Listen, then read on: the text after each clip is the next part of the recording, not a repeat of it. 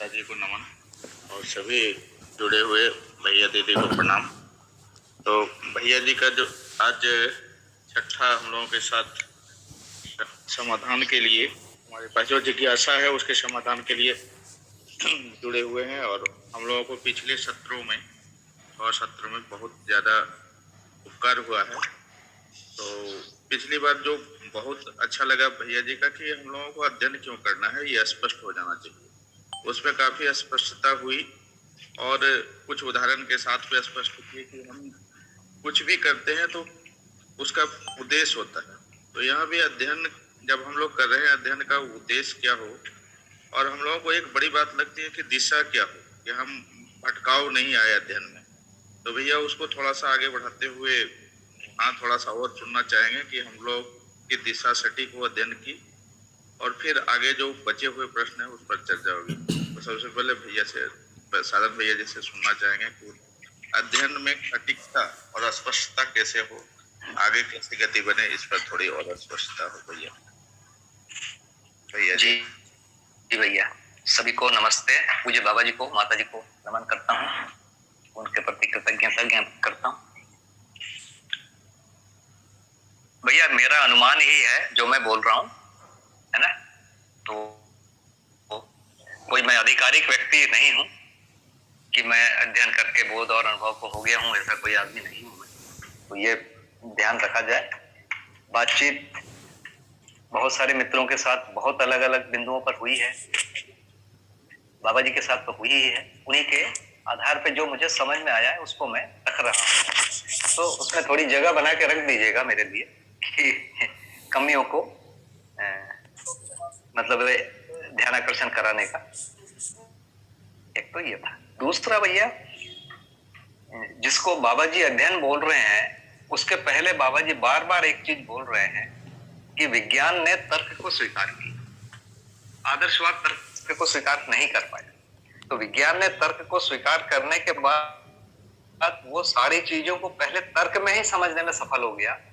जैसे अंतरिक्ष में जाना है तो अंतरिक्ष के वातावरण को यहाँ बैठे समझ गया।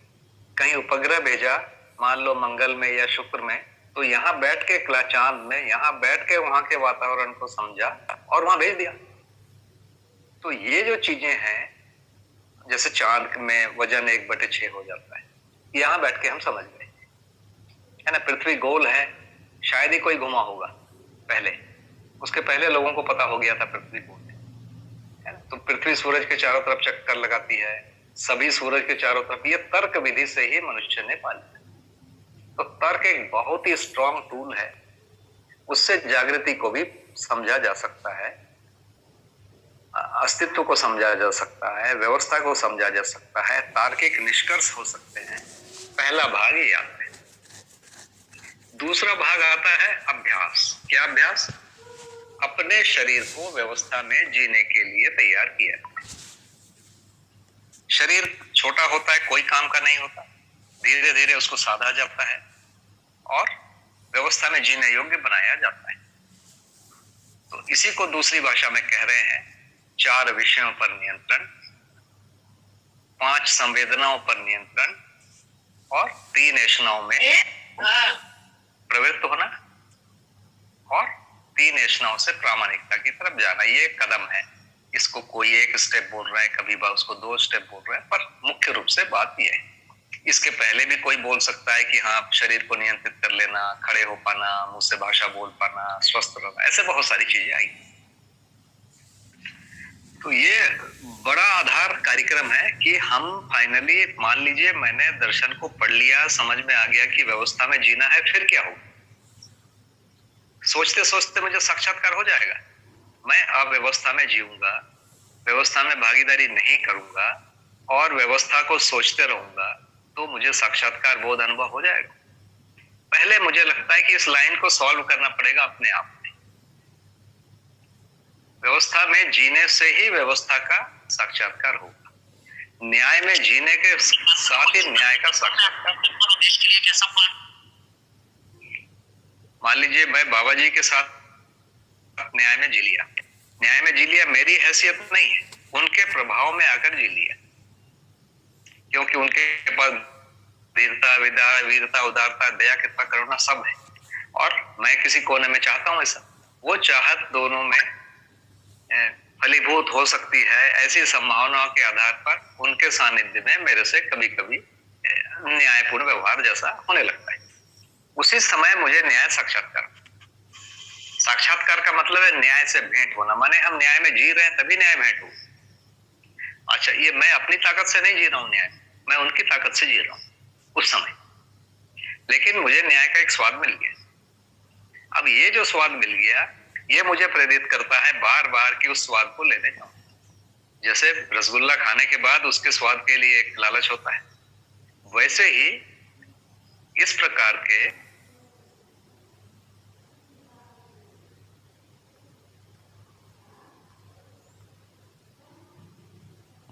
भैया आप म्यूट हो गए।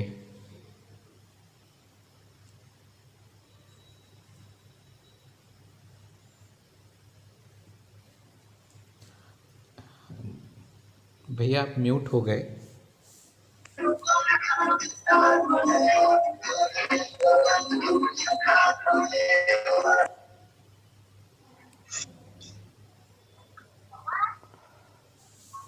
फोन कुछ क्या है, जैसे कोई फोन आता है ना भैया, मैं बाहर हो जाता हूँ, पता नहीं क्या चीज है।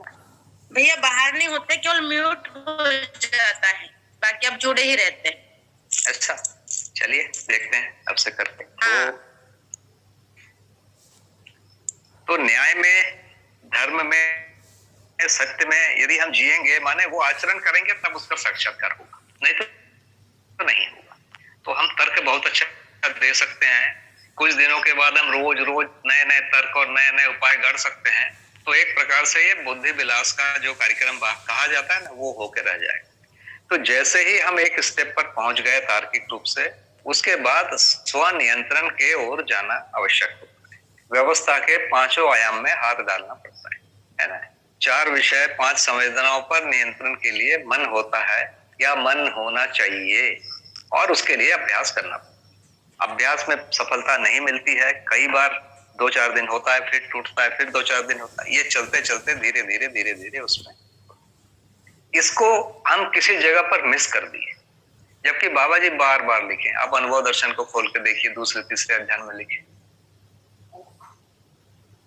यह है सब जगह घूम फिर के लिखा हुआ है। न्यायपूर्ण व्यवहार का अनुकरण, धर्मपूर्ण विचार में प्रसक्त हो, यह अभ्यास पूर्वक, प्रयास पूर्वक होता है, तब साक्षात्कार होता है।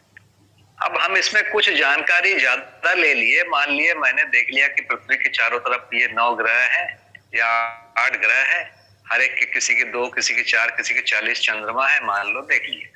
इसके बाद और छोटे छोटे ग्रह भी, उसके 4 ग्रह नहीं बोलेंगे, और ग्रह से भी छोटे टुकड़े, उपग्रह से भी छोटे टुकड़े घूम रहे, वो भी है, मान लिए, वो भी गिन लिया।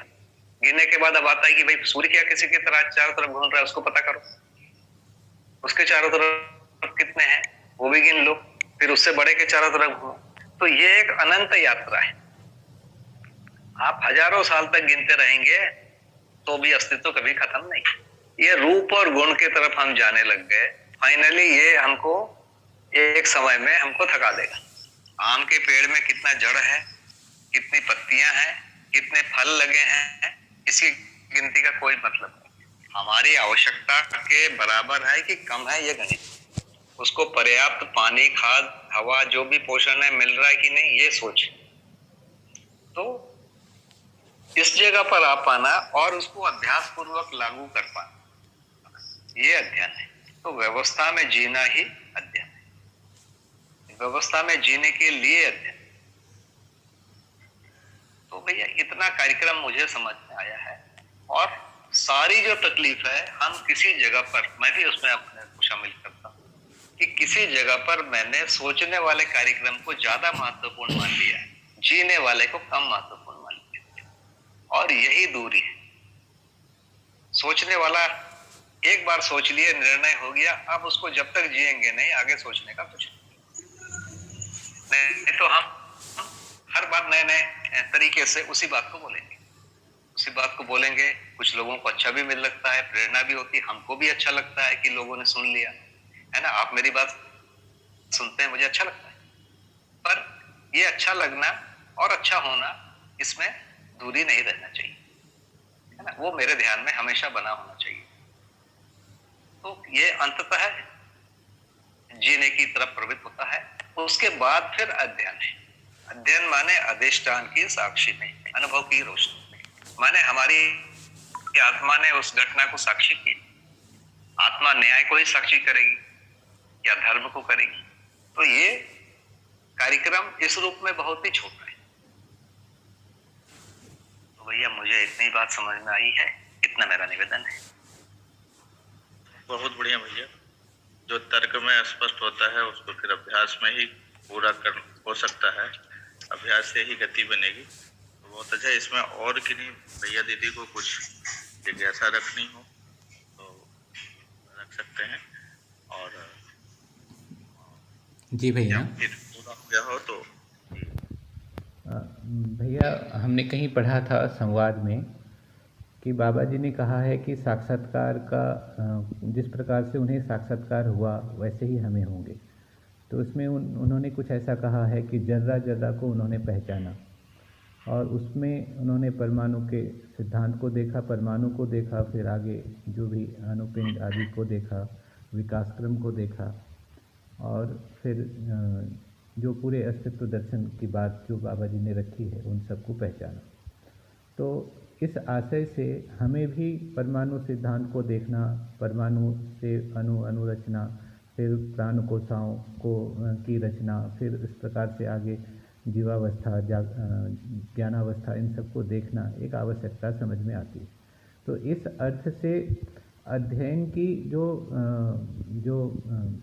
मतलब जो परिधि होगी, और आज जो साइंस के द्वारा हम सबके पास बहुत सारी इन्फॉर्मेशन है, और उन इन्फॉर्मेशन में जो भी बातें हैं, तो इन दोनों को तय करना बड़ा मुश्किल हो जाता है कि हम किस प्रकार से अध्ययन की इस भूमिका में प्रतिष्ठित हों कि हम जर्रा जर्रा के साक्षात्कार पूर्वक मैं स्वयं में सत्व की प्रतिष्ठा को पहचान पाऊँ, जैसा कि बाबा जी ने पहचाना था और हमें उपलब्ध कराया। तो क्या बारीक बिंदु होंगी या वो बारीक लाइन होंगी जिसमें से हम इस बात को पहचानेंगे कि इतना इन्फॉर्मेशन हमारे लिए पर्याप्त है, इतना इन्फॉर्मेशन हमारे लिए आवश्यक नहीं? इसको थोड़ा और क्लियर करेंगे। जी भैया, बहुत बढ़िया आपने प्रश्न उठाया। देखिए, कुछ चीजें पृथ्वी का जो व्यास है, जो डायमीटर है पूरा, वो यानी परिधि है, वो 40,000 किलोमीटर है। मैंने कहीं पढ़ा है। क्या मैं नापूं उसको या विश्वास कर लूं? हिमालय 8,848 मीटर ऊंचा है, मान लूं या एक कर लूं। अपन वैसे ही देखते हैं कि जैसे रिफ्रैक्टिव इंडेक्स होते हैं, उसके बहुत सारे कांस्टेंट होते हैं। ऐसे बहुत सारे कांस्टेंट हम फिजिक्स में, केमिस्ट्री में जी जैसे कुछ होता है, ग्रेविटेशनल वाला कांस्टेंट, एक्सीलरेशन का कहीं कहीं कुछ है। इसको हम सीधा सीधा मान लेते हैं। मैंने बचपन से मान लिया था कि हिमालय में बर्फ, देखा बहुत सालों के बाद, मान लिया था। तो ऐसे बहुत सारी चीजों को हम मान लेते हैं, तभी आगे बढ़ते हैं। तो पहला काम, कुछ चीज को हमको मानना ही। हर चीज को आप जानने जाएंगे तो पृथ्वी गोल है, आप जानते रहिए, आप उधर तर्क सोचेंगे और उसको जान पाएंगे। बहुत बड़ा चीज हम परंपरा पर विश्वास करते हैं, मान लेते हैं। एक भाग तो ये वाला होता है। दूसरा भाग, कुछ चीजें तर्क में चाहिए, जैसे पदार्थावस्था पहले आई कि प्राणावस्था पहले आई। अब मैंने उसको साक्षात्कार नहीं किया है, लेकिन तर्क में मैं इतना निश्चित हूं कि यदि पदार्थ नहीं रहेगा तो भैया पेड़ पौधा खड़ा कहां रहेगा? दूसरा, उसको पानी चाहिए, उसको हवा चाहिए, उसको भोजन चाहिए, कहां मिलेगा? तो मेरे में 100% ये बैठ गया है कि पहले पदार्थावस्था हुई, और पदार्थावस्था पूरक है तभी प्राणावस्था आई, दूसरा हो ही नहीं सकता। वैसे ही तर्क से मैं ये भी समझ लिया कि प्राणावस्था के बाद ही जीवावस्था आई, पहले नहीं। और ये करते करते मैं मानव तक आ गया, और मैं तृप्त नहीं हूं, ये भी मुझे पता है।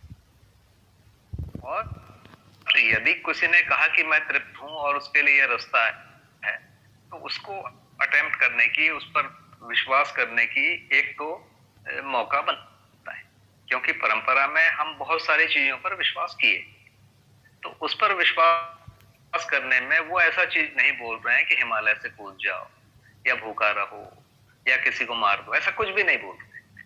बहुत ही सामान्य बातें हो रही है जो व्यवस्था में जीने के लिए हम 95% तो हम पहले से सुने ही आए। क्यों जिए उसके लिए उन्होंने एक नया अस्तित्व का, व्यवस्था का, मानव का कंसेप्ट दिया। तो उस तर्क से ये चीजें समझ में आ जाती कि यही जीने की विधि। तो अब उधर ज्यादा ध्यान न देकर साक्षात्कार में परमाणु कब दिखेगा, पहले मैं साक्षात्कार के योग्य मानसिकता और अभ्यास आचरण बना लूंगा तब होगा।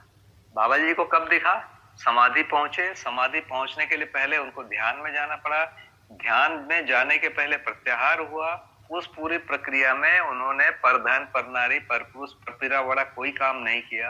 स्वधन स्वनारी स्वपुरुष दया पुकारी करते रहे, असंग्रह किया, स्नेह किया। ये सब करने के फल में उनको ध्यान लगा। ये नहीं करेंगे और ध्यान का अभ्यास करेंगे, किसी को भी ध्यान नहीं। मैं नहीं कह रहा हूं, ये पतंजलि महाराज बोल के गए, सारे साधु बोल के गए। मैं अपनी बात नहीं बोल रहा हूं, उन्हीं की बात दोहरा रहा हूं। बाबा जी भी यही बोल के गए। तो यदि मैं दर्शन को ज्यादा पढ़ूंगा या इसको ज्यादा सोचूंगा तो मुझे साक्षात्कार हो जाएगा, ऐसा नहीं है। मुझे कुछ तर्क ज्यादा मिल जाएंगे, मैं ज्यादा लोगों को सेटिस्फाई कर सकता हूँ, इस लेवल में तो आ सकता हूँ, इतना ही होगा। मेरे में क्वालिटेटिव चेंज बिल्कुल नहीं होगा उससे।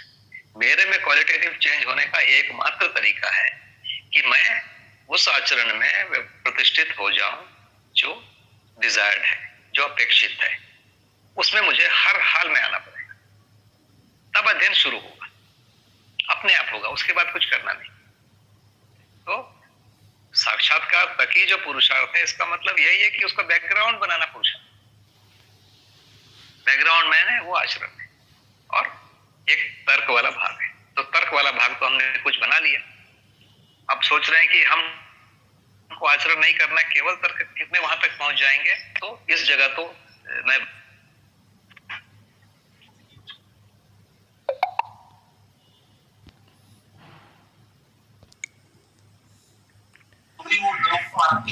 भैया जी भैया फिर से नमस्ते। जी भैया,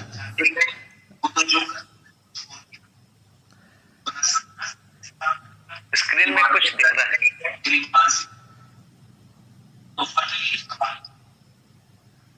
हेलो जी भैया, अब आपकी आवाज आ रही है। हाँ भैया, स्क्रीन में कुछ चल रहा है, आपके भी इसमें आया है क्या? नहीं, हाँ, अब चले गए हैं भैया। अच्छा जी, ठीक है। तो वही कहना है कि हम यदि जीने की जगह तक नहीं उसको कनेक्ट कर पाएंगे तो साक्षात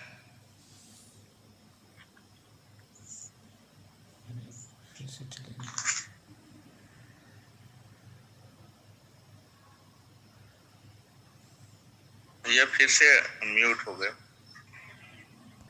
जी भैया, ठीक है ना? हाँ ठीक है, आवाज आ रही है जी। तो स्वधन स्वनारी स्वपुरुष दयापूर्ण कार्य में जीना और इस प्रकार की सारी चीजों को कर पाना है ना, तो यही योग्यता बनती है जिसके बाद साक्षात्कार होगा। तो पहला चरण पठन, सुनना, तर्क करना, तार्किक निष्कर्ष ला लेना। इसके पहले से ही हम लोग कुछ न कुछ आचरण अच्छा कर रहे हैं, तभी इसको सुनने का मन कर रहा है। हर कोई इसको नहीं सुनता है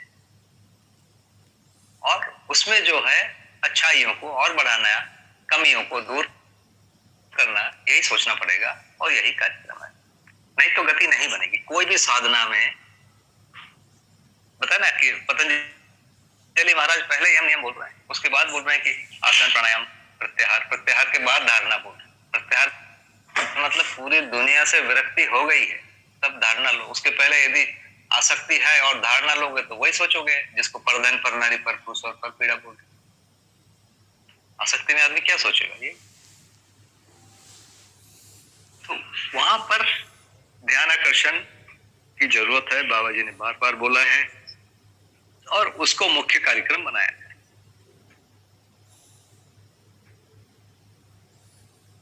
जी भैया, मेरे को इतना ही। प्रश्न का उत्तर हो गया या नहीं?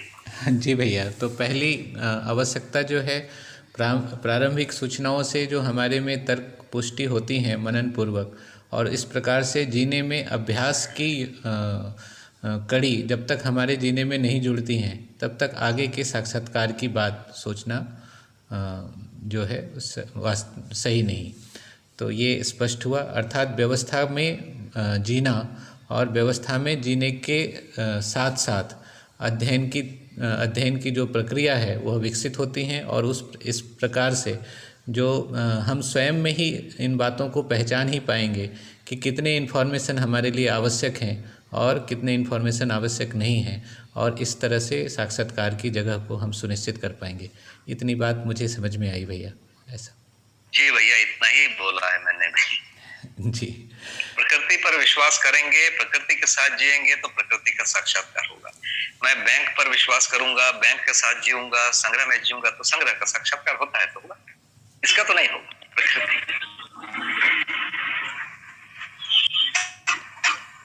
जी भैया, बहुत बढ़िया भैया। जैसा जीने की चाहत है वैसा जीने का अभ्यास करना होगा। जो जहाँ से शुरू करना है, जो सूचना के आधार पर स्थिरता होती है, स्वधन स्वनारी स्वपुरुष दयापूर्ण कार्य व्यवहार में, वहाँ जो शुरू कर सकते हैं वहाँ से प्रारंभ करना है। इस पर और यदि किसी को का कोई प्रश्न हो तो रख सकते हैं, या फिर आगे जो पहले से पूर्व निर्धारित प्रश्न है वहाँ रखेंगे भैया के सामने। तो किन्हीं का कोई प्रश्न हो तो रख सकते हैं। भैया मैं पूछ सकती हूँ? बिल्कुल। हाँ भैया, मैं भूमिका हूँ, आत्म यूनिवर्सिटी से हूँ। और नमस्ते भैया। मैं ऑनलाइन वीडियो से भी अध्ययन करती हूँ, और जो एनसीपी दिल्ली के वीडियोस है आपने, जिसमें आपने बाबा जी की वो पूरी बायोग्राफी, कैसे उनको समाधि हुई, फिर संयम हुआ, मतलब वो सब मैंने वीडियोस देखे हैं। और मुझे ये पूछना था कि अभी जो ये अष्टांग योग की प्रैक्टिस हम करते हैं, मैं भी करती हूँ, तो उसका कोई रोल है इस कंटेंट को मतलब समझने के लिए, या फिर उसमें गति करने के लिए? यहाँ पर श्रीराम भैया आए थे अभी, हमारे यहाँ वो 6 महीने का पठन सत्र चल रहा है, तो मैंने उनसे पूछा था तो उन्होंने बताया कि नहीं, वो अष्टांग योग के जो 8 लिम्स है उसका कोई रोल नहीं है इस कंटेंट को समझने के लिए। तो मुझे ऐसा क्वेश्चन हुआ कि बाबा जी को तो मतलब उसी से हुआ, वो ठीक है कि उन्होंने इतना सारा तर्क दिया, तो अभी हमें तो बिना अष्टांग योग को साथ ही मतलब ये कुछ समझ में थोड़ा थोड़ा आने लगा है, लेकिन जैसे मेडिटेशन का या उसका कोई रोल है इस कंटेंट को मतलब और गति से समझने के लिए? ये मेरा क्वेश्चन था। जी दीदी, देखिए, अष्टांग योग माने क्या? पहला यम, दूसरा नियम। तो यम का मतलब क्या है? सत्य, अहिंसा, अस्तेय, अपरिग्रह, ये चाहिए। तो सत्य बोलना पहले, ये अभ्यास करना होता है ना। बाबा जी भी बिल्कुल नहीं बोल रहे कि झूठ बोलो। अहिंसा, किसी को मारो, ये भी नहीं बोल रहे हैं। अहिंसा और हिंसा किसको बोलते हैं वो स्पष्ट हो गया। अस्तेय, चोरी नहीं करना, बाबा जी भी बोले, अनुभव दर्शन में तो लिखा भी है एक जगह। अपरिग्रह, संग्रह नहीं करना, बाबा जी बोल ही रहे। शौच माने शरीर मन इसको साफ रखना, वो भी लिखा है। तो इन चीजों को कोई भी मना नहीं कर पाए। तो पहला अभ्यास यही है, और ये हमको बचपन से हमारे माता पिता घर वालों ने कराया है। सच बोलो बोलते हैं, है ना। सच बोलने के लिए कभी इनाम भी देते हैं, टॉफी भी खिलाए, वो आदत बन जाए। डरो नहीं, गलती भी किए हो तो भी बोल दो, मारेंगे नहीं। तो और नियम भी वही है। दूसरा, उसके बाद फिर शरीर को संयमित करने के लिए बात, आसन प्राणायाम जो। तो इतना पोर्शन तो बिल्कुल कोई खराब नहीं है। थोड़ा थोड़ा इसमें अंतर जरूर है। ये 4 तो ठीक है, 4 में कम से कम 2 तो जरूरी है। इसी को दूसरी भाषा में बोल रहे हैं स्वधन, स्वनारी, स्वपुरुष, दयापूर्ण। इसी को दूसरी भाषा में बोल रहे हैं। इससे ज्यादा पॉजिटिव है, इसका सार्वभौम स्वरूप ज्यादा अच्छे से समझ में आता है। इसके बाद प्रत्याहार को नहीं बोल रहे हैं, प्रत्याहार करना ही नहीं है। प्रत्याहार का मतलब होता है संसार से विरक्ति हो जाए, उसके बाद धारणा लेंगे, तो इससे कोई लेना देना नहीं है फिर अष्टांग योग का और मध्यस्थ दर्शन का। उतना भाग शरीर को संयमित करना है, शरीर को स्वस्थ रखना है, शरीर को साफ रखना है, घर को साफ रखना है, ये जो चीजें हैं वो सही है और वो हमको बचपन से भी सिखाया गया है। अष्टांग योग के नाम से हो, हमारे देवी देवताओं के नाम से हो, या कोई भी भौतिकवादी विधि से नहीं साफ होगी तो बैक्टीरिया आ जाएगा, बीमार पड़ जाएंगे, कुछ भी बोला गया है वो सब सही। तो ये चाहिए, इतना ही है। बाकी यदि हम एकाग्रता की प्रैक्टिस के लिए कुछ करते हैं तो उसमें हजारों प्रकार के अभ्यास हैं। अभी भौतिकवाद ने भी बहुत सारे अभ्यास निकाले हुए हैं जो मॉडर्न लोगों ने, बहुत सारे। तो उसको भी यदि कोई करना चाहे कर सकता है ना। तो एकाग्रता के बढ़ाने के लिए कुछ अभ्यास लोग करते हैं। लोग जैसे मेमोरी क्लास लेते हैं, लोगों ने मेमोरी बढ़ा लिया है। कई लोगों को मैं जानता हूं जिनने मेमोरी को इम्प्रूव कर लिया। तो ये सब चीजें काम में आती, इसको आप कर सकते हैं। लेकिन अंतिम चीज तो उतना ही है कि 4 विषयों से शरीर को नियंत्रित करना है, 5 संवेदनाओं में नियंत्रित करना है। अब उनका 5 संवेदनाओं में नियंत्रित, मुझे मिठाई अच्छा लगता है तो मैंने मिठाई छोड़ दी, इस ढंग से नियंत्रित करना है। यहाँ क्या कह रहे हैं, परिवार व्यवस्था में मिठाई बनती है तो खा लो, है ना। स्वधन पूर्वक यदि परिवार व्यवस्था में जीते मिठाई खा लो, ऐसा नहीं कि मैं खाया दूसरे का छीन लिया, है ना, ये भी ना। तो परिवार व्यवस्था को ध्यान में रखकर यदि हम खाना खाते हैं, हमारे स्वास्थ्य को ध्यान में रख के खाना खाते हैं, जो दिनचर्या या व्यवस्था में भागीदारी में व्यवधान नहीं होता है, उतना खाना, उतना मिर्ची, उतना मिठाई खाते हैं तो अच्छी बात, स्वास्थ्य व्यवधान हो। तो इसमें थोड़ा सा अंतर ये आ जाता है। व्यवस्था में भागीदारी के लिए आप मिठाई खा सकते हैं, उतना ज्यादा कुछ करने की जरूरत नहीं, है ना। 4 विषय, स्वनारी स्वपुरुष भी उसी प्रकार एक प्रकार का स्वनियंत्रण ही है। जो 4 विषय का जो नियंत्रण है उसको यदि अपन ध्यान से देखेंगे, वही स्वधन है, वही स्वनारी स्वपुरुष है ना, और दयापूर्ण। ये 4 विषय को नियंत्रित करने का एक सार्वभौम और सार्वकालिक फॉर्मूला है। वो नियंत्रित हो गया तो हम और आगे बढ़ेंगे। पहले दूसरी विधियां थी, बताया ना कि मीठा अच्छा लगता है तो मीठा छोड़ दो, उस विधि से नियंत्रित किए, वो कम काम करेगा। कई लोग को काम भी करता है, लेकिन ज्यादा है कि परिवार में मिठाई बनेगी तो खाएंगे, है ना, जितना मिलेगा उतना खा लेंगे। नमकीन बनेगा तो भी खा लेंगे, क्योंकि यदि बनाने की हमारी जिम्मेदारी कभी आती है तो फिर हम सोचेंगे कि कितना बन सकता है, क्योंकि बनाने वाले भी मनुष्य हैं, उनके पास समय भी होता है। तो उस ढंग से व्यवस्था में जीने के क्राइटेरिया को ध्यान में रख के कार्य करने के लिए लोग कितने, उसके ढंग से हम 5 संवेदनाओं को नियंत्रित कर सकते। तो इसका फॉर्मूला थोड़ा अलग है, लेकिन यदि कोई बताए कि एकाग्रता का अभ्यास करता है और कुछ करता है तो इसमें कोई प्रॉब्लम है भी नहीं। हर हाल में ये जो प्रत्याहार को हमको जाना नहीं है, प्रत्याहार मध्यस्थ दर्शन से विपरीत स्थितियों की ओर जाता है, बस ये मन में आना चाहिए। प्रत्याहार, धारणा, ध्यान, समाधि, ये 4 की जरूरत नहीं। शुरू के 4 एक दूसरे प्रकार से अच्छे।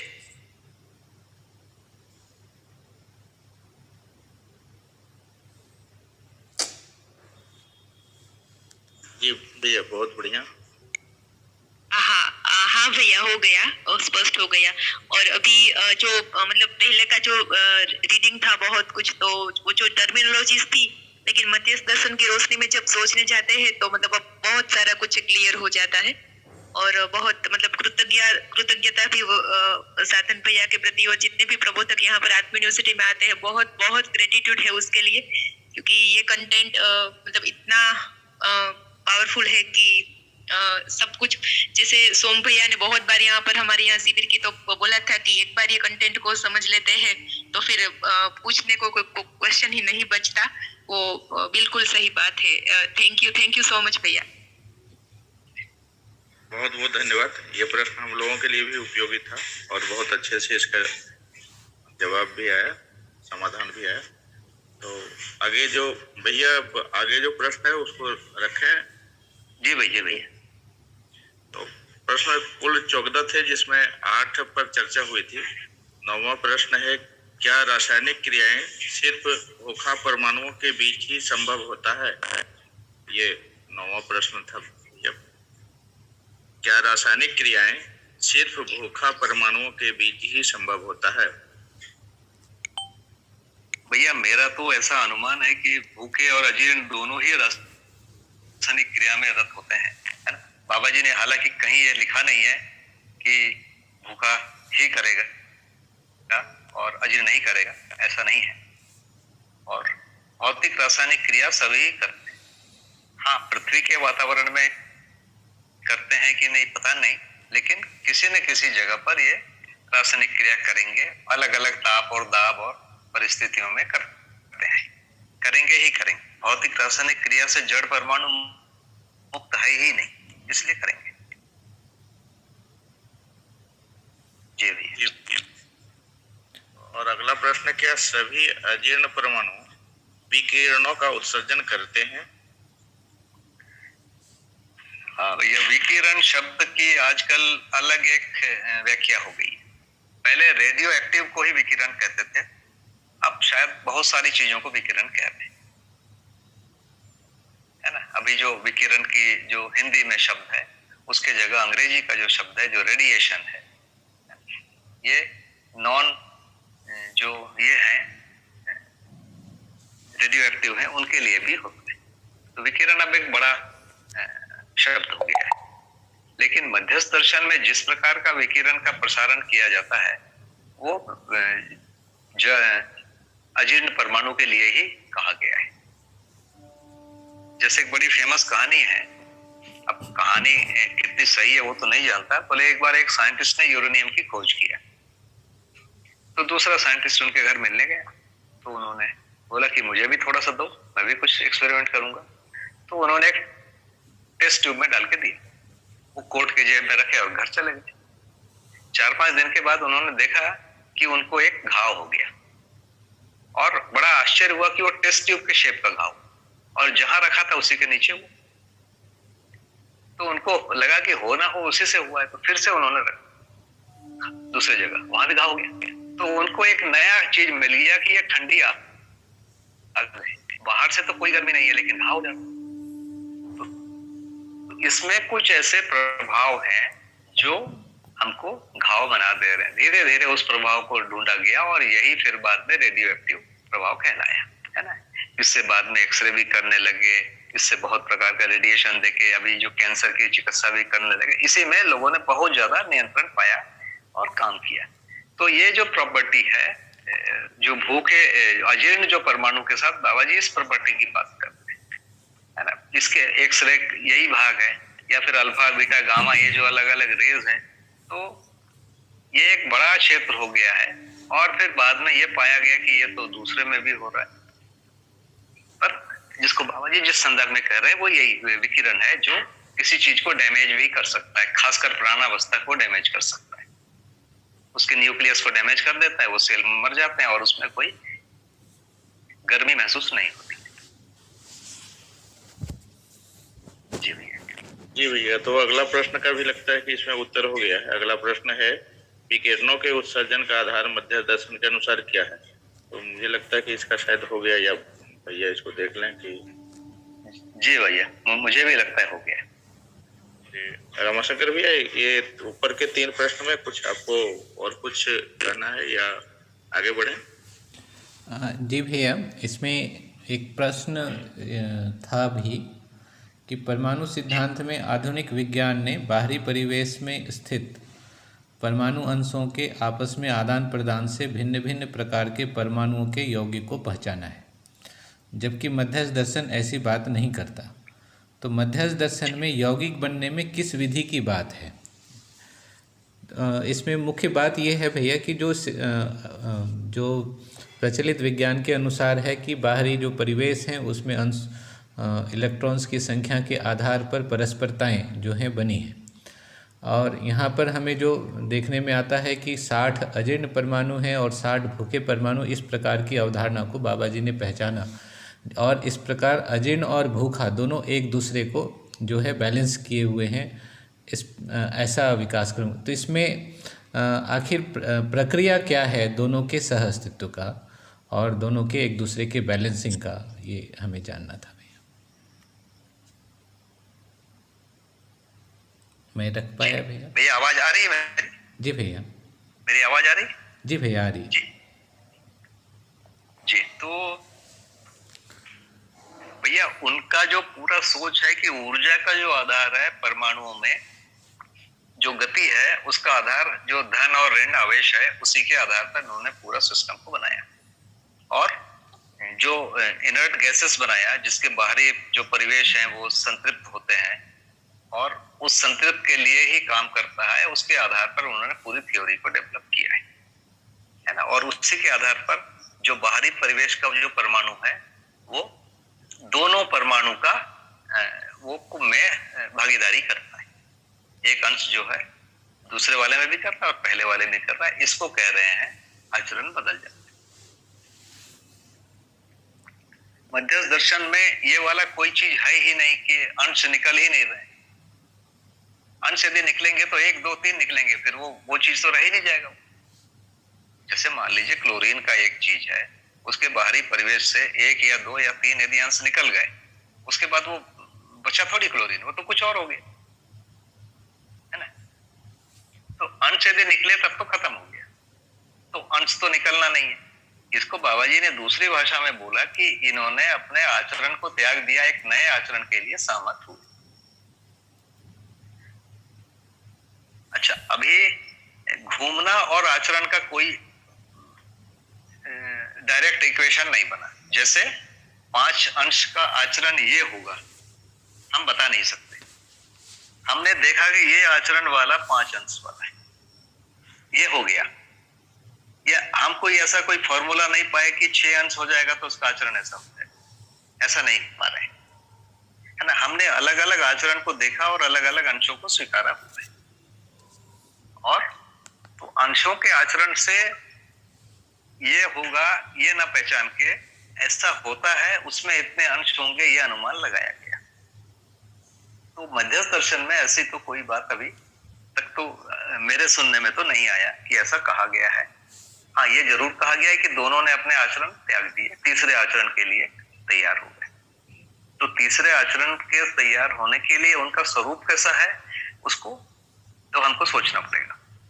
उस पर एक शोध हो सकता है, बहुत बढ़िया एक पॉइंट है। जी भैया। जी भैया। समीर भैया आप आगे बढ़ सकते हैं। जी धन्यवाद भैया। तो अगला प्रश्न है, क्या विकिरण जब मध्याह्न से निकलते हैं तो सिर्फ ऊर्जा का उत्सर्जन विकिरण के रूप में होता है, या कुछ मध्यांश के अंश भी निकले हैं? मध्यस्थ दर्शन के अनुसार बताएं, क्योंकि प्रचलित विज्ञान के अनुसार कुछ परिस्थितियों में अंश भी बाहर निकलते हैं। तो भैया यहाँ अंश बाहर निकलना तो रखें, लेकिन और थोड़ा सा इस पर स्पष्टता की आवश्यकता लगती है, क्योंकि पूरा वहां भी लगा कि और सुनने की आवश्यकता है फिर से। तो इसको भैया थोड़ा और स्पष्ट करें।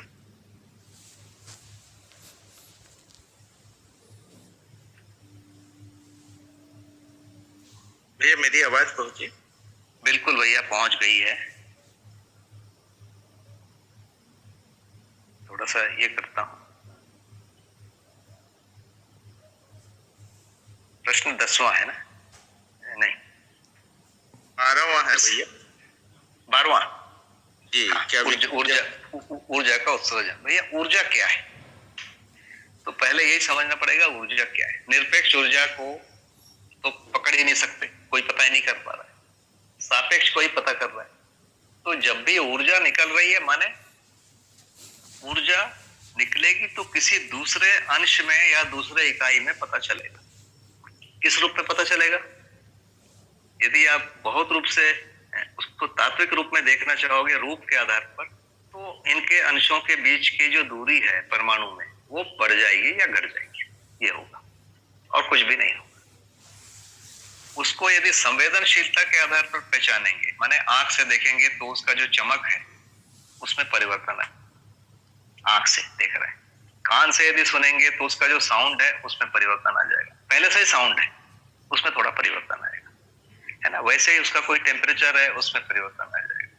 तो मूल में परिवर्तन यही होता है और कुछ भी नहीं होगा।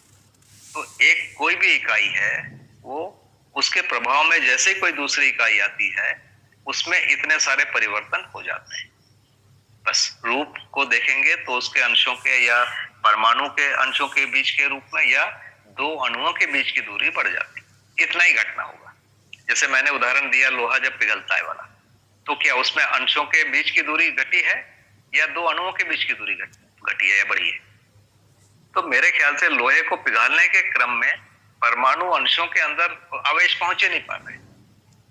आवेश अभी दो परमाणु के बीच की दूरी बढ़ी है, इंटरमॉलिक्यूलर स्पेस बढ़ा हुआ है, बस इतना ही घटना है। अभी अंदर में गया ही नहीं, 1800-1500 डिग्री टेम्परेचर में कुछ नहीं हो रहा है ना। तो इसका फल क्या हुआ? जैसे हमने दिया तो उस परमाणु में ऊर्जा दिया तो हुआ क्या? उसका ये इंटरमॉलिक्यूलर स्पेस बढ़ गया। और ज्यादा देंगे तो स्पेस और बढ़ जाएगा, गैस बन जाएगा। और ज्यादा देंगे फिर परमाणु के अंशों के बीच का दूरी बढ़ेगा। और ज्यादा देंगे तो फाइनली ये टूट जाएगा। ये है ना। तो घटना इतना ही होना है, दूरी बढ़ेगी। दूरी बढ़ेगी तो आचरण उसका बदलेगा, सिंपल, और कुछ भी नहीं, है ना। आचरण बढ़ेगा माने उसका जो ध्वनि है, ध्वनि बदल जाएगा। आंखों से देखते हैं उसका जो चमक है वो बदल जाएगा, है ना। उसका जो हीट है, टेम्परेचर है, वो बदल जाएगा। इतना हमेशा होगा। ऊर्जा माने इतना ही और कुछ भी नहीं। ऊर्जा को इससे भिन्न रूप में पहचान ही नहीं सकते। दो रासायनिक ऊर्जाएं हैं जो इस स्टेज पे नहीं समझ में आएगी। रासायनिक चीजों को समझने के लिए हमारे पास दो यंत्र हैं, एक का नाम है जीभ और एक का नाम है नाक, है ना। जो पंच ज्ञानेंद्रियां हैं उसमें से जीभ और नाक जो है ये रासायनिक क्रियाओं को पहचानती है। एक को अपन रस या स्वाद कह रहे हैं, दूसरे को गंध कह रहे हैं। और भौतिक क्रियाओं को पहचानने के लिए कान है, आंख है और त्वचा है। ये 5 ज्ञानेंद्रिय। इन दोनों को मिला के हम पहचानना, निर्वाह करना कहते हैं। इसके शुद्ध तात्विक स्वरूप में जाएंगे तो परमाणु अंशों के बीच की दूरी बढ़ेगी या परमाणु के बीच की दूरी बढ़ेगी या अणु के बीच की दूरी बढ़ेगी, और यही प्रक्रिया होगी, इससे अधिक कुछ भी नहीं। ये आवेश पर डिपेंड करता है। जी भैया, मेरी ओर से तो बात हो गई। जी भैया, बहुत बहुत धन्यवाद भैया, बहुत बढ़िया। अच्छा, मध्यांश के अंश तो नहीं निकलते हैं, परिवेश के भी अंश नहीं निकलते हैं। यदि अंश निकलेगा तो एक ही बार निकलेगा ना, 1 सेकंड 2 सेकंड में सारा निकल के खत्म हो जाएगा, वो वस्तु ही नहीं रहेगी। मान लो अंश निकल गया, हमारे पास 1 किलो लोहा है, उसमें से 2 अंश निकल गए, वो लोहा थोड़ी रहेगा भाई। थोड़ी देर में दूसरी चीज मिलना चाहिए, वो तो मिलता नहीं। पीट लिए, गला लिए, कुछ भी किया, लोहा ही है। कभी कभी सोना भी मिलता या कभी कभी पानी मिलता, कुछ नहीं हो। तो ऐसा कुछ भी नहीं होता है। मध्यांश के या परिवेश के अंश नहीं निकलते हैं मध्यस्थ दर्शन के हिसाब से। जी भैया, रामाशंकर भैया, और कुछ इसमें? जी भैया, ये विकास भाई के प्रश्न थे, अगर वो कुछ रखना चाहें। विकास भैया, यदि इसमें कुछ और स्पष्टता चाहिए तो रख सकते हैं या फिर आगे बढ़े।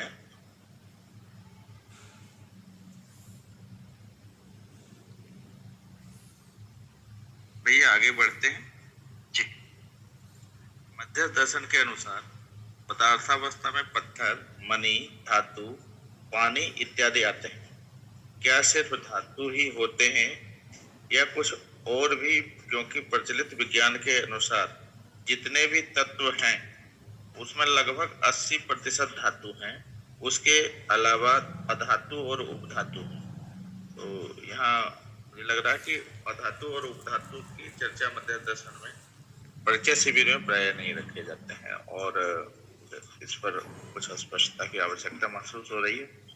जी भैया, बाबा जी का मुख्य काम तो मानव को समझना और समझाना है ना। भौतिक, फिजिक्स और केमिस्ट्री समझाना मुख्य रूप से उनका काम नहीं। और इनको यदि व्याख्या भी किया है तो उपयोगिता विधि से करने की कोशिश किया। जैसे अपन देखेंगे पत्थर पाषाण की जो ये किया कठोर और अकठोर भेद से, ये उपयोगिता विधि से। मणि का किरण ग्राही किरण श्रावी भेद से, तो उपयोगिता मूलक विधि से पदार्थ अवस्था को प्राण अवस्था को समझाने की कोशिश की है। पूरा जीवावस्था को भी उपयोगिता और पूरकता, तीसरे विधि से इधर बात नहीं कर रहे, है ना भैया। और अभी जो पढ़ते हैं उपयोगिता कम है, उसका स्ट्रक्चर को, उसके अंदर की बॉन्डिंग को, इसको ज्यादा पढ़ाने की कोशिश करते हैं। तो इसीलिए गैस भी होती है ना, उसके बारे में बाबा जी ने ज्यादा बोला ही नहीं। और वैसे भी जो आप बोल रहे हैं अधातु धातु, इनकी चर्चा नहीं किया। मणि पाथा पाषाण बोल दिया, जो एक सामान्य रूप से पहचान में आता है।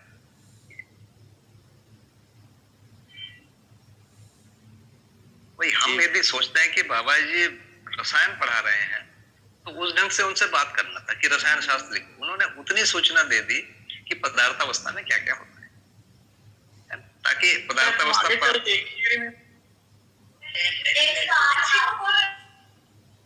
अवस्था प्राणावस्था के पूरक है, इतना पता हो जाए, ये बहुत है। बस यही समझना है। तो हमको क्या समझना है, उसमें अंतर आ गया है ना, बस नहीं अंतर है। उन्होंने जैसे कोई आम के पेड़ को गिने, पेड़ के जड़ को गिने और उस पर शास्त्र लिखे, वो गलत थोड़ी है। कोई पत्ती बोले, उसमें भी गलत नहीं है ना। वो लंबाई चौड़ाई के पता है, वो भी गलत नहीं, लेकिन हमारा प्रयोजन उससे पूरा नहीं होता है।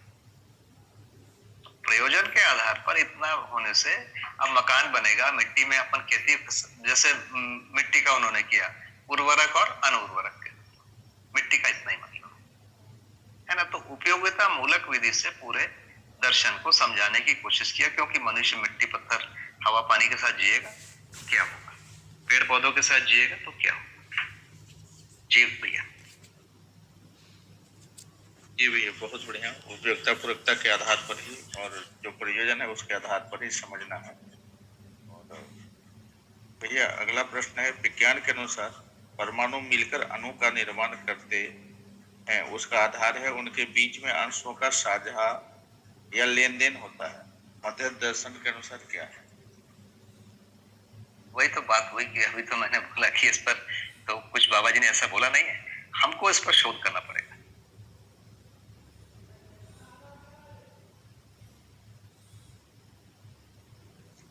विकास भैया हैं इस पर और कुछ स्पष्ट हुआ या और कुछ स्पष्टता चाहिए?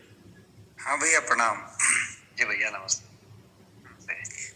भैया वो मानव संचेतनावादी मनोविज्ञान में पॉइंट लिखा है 7वां नंबर पेज में, सभी प्रजाति के धातु विद्युत ग्राही होते हैं। हाँ ठीक। तो जैसे भैया वो प्रश्न इसलिए था, वो धातु अधातु धातु वाला। हाँ, तो मतलब जो अधातु और अधातु जो है वो तो विद्युत ग्राही नहीं होता, मतलब वो विद्युत को ले जाने वाला नहीं होता। इसलिए इस परिप्रेक्ष्य में मतलब मेरा प्रश्न था। हाँ भैया, आजकल तो हाई वोल्टेज में तो हवा भी ये हो गया है उसमें विद्युत को लेके जाता है। तो वोल्टेज की ही बात है भैया। अभी तो जो ट्रांसमिशन हो रहा है, जापान में लोगों ने, सुन तो ये रहा हूँ कि आधा किलोमीटर तक वायरलेस ट्रांसमिशन बिजली का कर लिया है ना। अभी भी जो हम कुछ भी बनाते हैं, जो इंडक्शन या मोटर वगैरह, वो तो हवा में ही ट्रांसमिशन हो रहा है ना। वो तो ऐसा ही बात है, जो बिजली जब कड़कती है तो उस समय जो मतलब एयर जो है बैड कंडक्टर है, तो उसमें गुड कंडक्टर बन जाता है, मतलब ऐसा। हाँ, वैसे जैसे ट्रांसफार्मर बनाते हैं, तो बेसिकली ट्रांसफार्मर में जो इनपुट और आउटपुट है उसमें तो डायरेक्ट कोई संपर्क है ही नहीं ना, तो एयर ही नहीं है। तो मेन इसी पे वैसे ही है।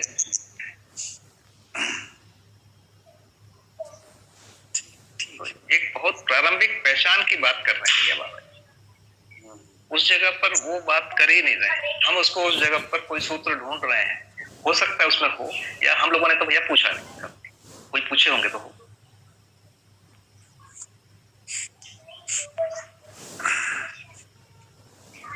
जी भैया। जी जी। बहुत बहुत धन्यवाद भैया, बहुत स्पष्टता हुई।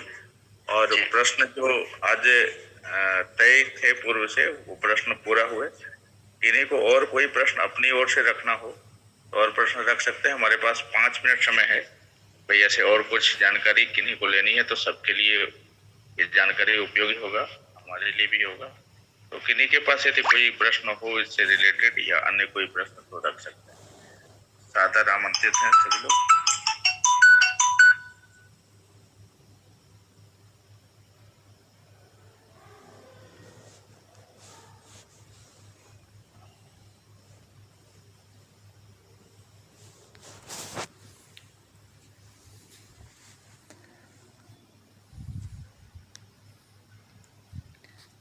भैया ये इस समय में आप अपनी ओर से भी कुछ रखना चाहें हम लोगों के लिए कुछ और, तो जो प्रश्न में नहीं आया है वो भी हमारे लिए उपयोगी होगा।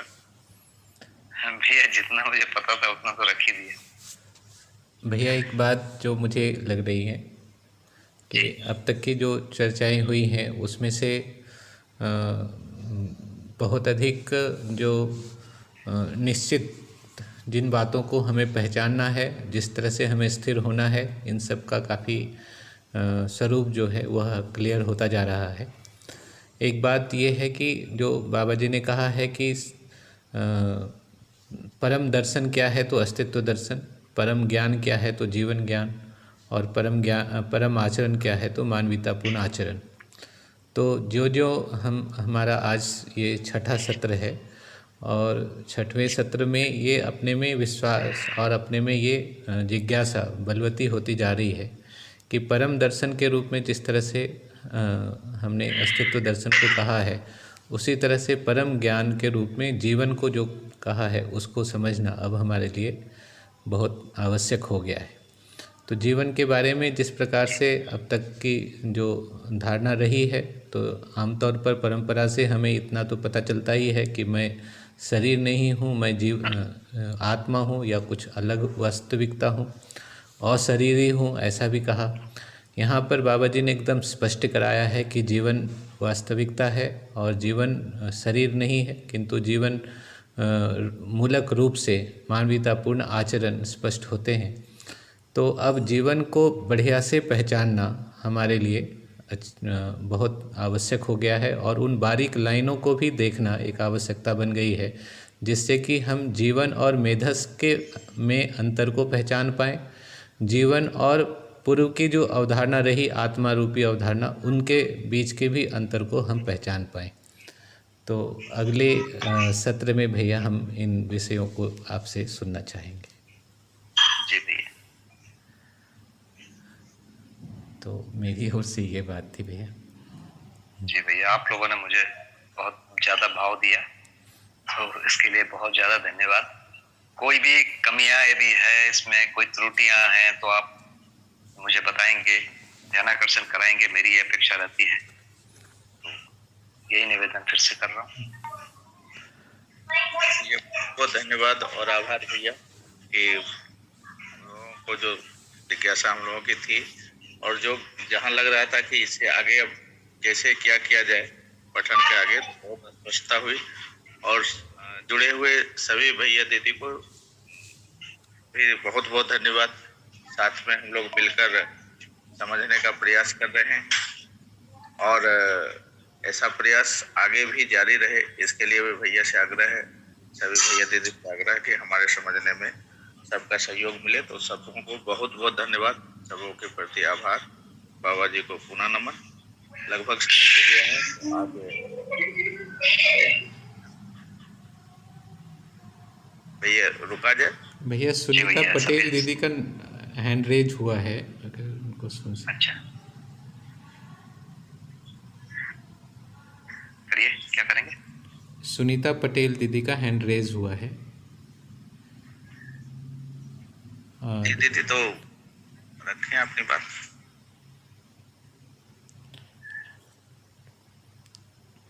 भैया लगता है ये गलती से हुआ है, तो आज सत्र को क्लोज कर सकते हैं।